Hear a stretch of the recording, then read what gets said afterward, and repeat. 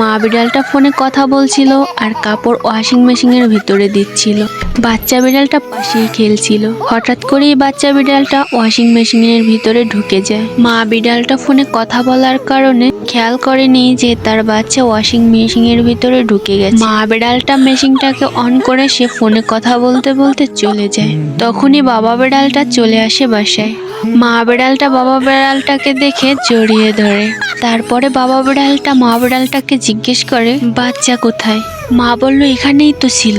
সব জায়গায় খোঁজাখুঁজির পরে কোথাও পাচ্ছিল না। তারা দুজন মিলে সব জায়গায় খুঁজে বেড়াচ্ছিল, কোথাও বাচ্চা বিড়ালটাকে দেখতে পাচ্ছিল না। হঠাৎ করেই মা বিড়ালটার মনে পড়ে যায় সেই ওয়াশিং মেশিনটার কথা। তাড়াহুড়ো করে তারা দুজনই ওয়াশিং মেশিনের কাছে চলে যায়। ওয়াশিং মেশিন খুলে যখন বাচ্চাটাকে বের করে তখনই দেখতে পায় বাচ্চাটার অবস্থা খুবই খারাপ।